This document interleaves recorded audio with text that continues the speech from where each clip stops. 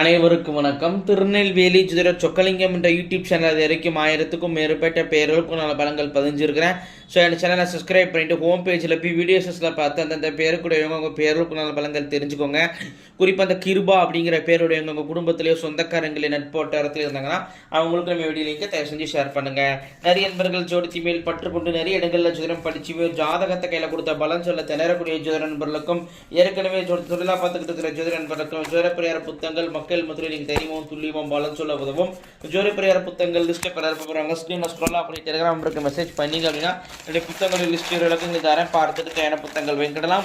Astrological consultation, ஜாதகம் பார்க்க, ஜாதகம் எழுத, பிறந்த குழந்தைகள் கரிச பேர் சூட்ட, திருமண பொருத்தம் துல்லியமாக பார்க்க, குலதெய்வம் அறியாதங்க குலதெய்வம் அறிய, அஸ்ட்ரோ நியூமராலஜி, அஸ்ட்ரோ நேமாலஜி, ஜாதகமே இல்லாதவங்களுக்கு பலன் சொல்ல போன்ற அஸ்ட்ராலஜிக்கல் கன்சல்டேஷனுக்கு தாராளமாக நீங்கள் நினைக்கலாம். குறைந்த குருதட்சணையில் தரமான ஆலோசனை வழங்கப்படும். நேரில் வரணுங்கிற அவசியம் கிடையாதுங்க, ஃபோன்லேயே பலன் சொல்லிடுவேன். சரிங்க, இன்னைக்கு பதிவுக்குள்ள போவோம். கிருபா என்ற பேருக்கான 25 வகையான நேமாலஜி பலன்களை பார்ப்போம். ஃபர்ஸ்ட் பாயிண்ட் அழகானவங்களா இருப்பீங்க. ரெண்டாவது பாயிண்ட் சுதந்திர விரும்பியா இருப்பீங்க. உங்க முடிவுல மற்றவங்க தலையிடுத விரும்ப மாட்டீங்க. நாலாவது பாயிண்ட் மூணாவது பாயிண்ட் அம்மாவுக்கு திருமண வாழ்க்கையில் திருப்தி இருக்காது. நாலாவது பாயிண்ட் நீங்க தைரியசாலியா இருப்பீங்க. தைரியம் தான் உங்க பிரதானம். அஞ்சாவது பாயிண்ட் எந்த ஒரு விஷயத்தையும் ஸ்டெடி மைண்டு நிறைவேற்றாதுங்க. நிலையான முடிவுங்களால் எடுக்க முடியாது, ரொம்ப குழம்புவீங்க. ஆறாவது பாயிண்ட் அவசர புத்தியும் உண்டு.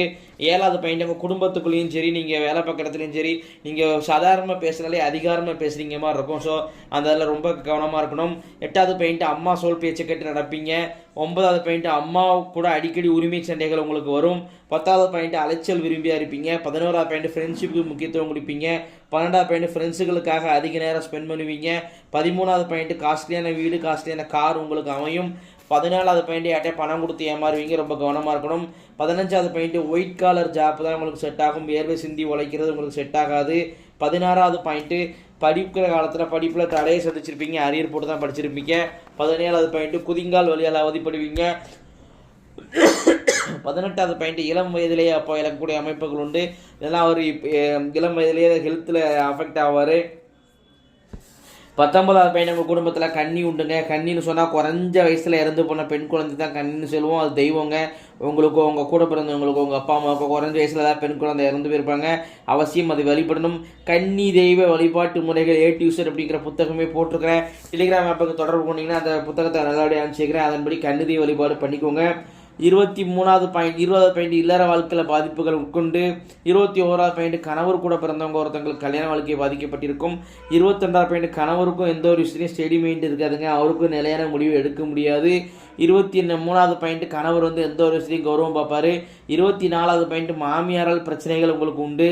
25வது பாயிண்ட் திருமணத்துக்கு அப்புறம் பொருளாதார வாழ்க்கையில் உங்களுக்கு முன்னேற்றங்கள் ஏற்படும். இத்துடன் கிருபா என்ற பேருக்கான 25 வகையான நேமாலஜி பலன்கள் முடிவடைகின்றன. இப்போ பேரை வச்சே 25 பலன் சொல்கிறேன் அப்படின்னா ஜாதகத்தை சின்ன அதிகம் இல்லை துல்லியமோ சொல்லுவேன் அப்படிங்கிறத யோசிச்சு பாருங்க நண்பர்களே.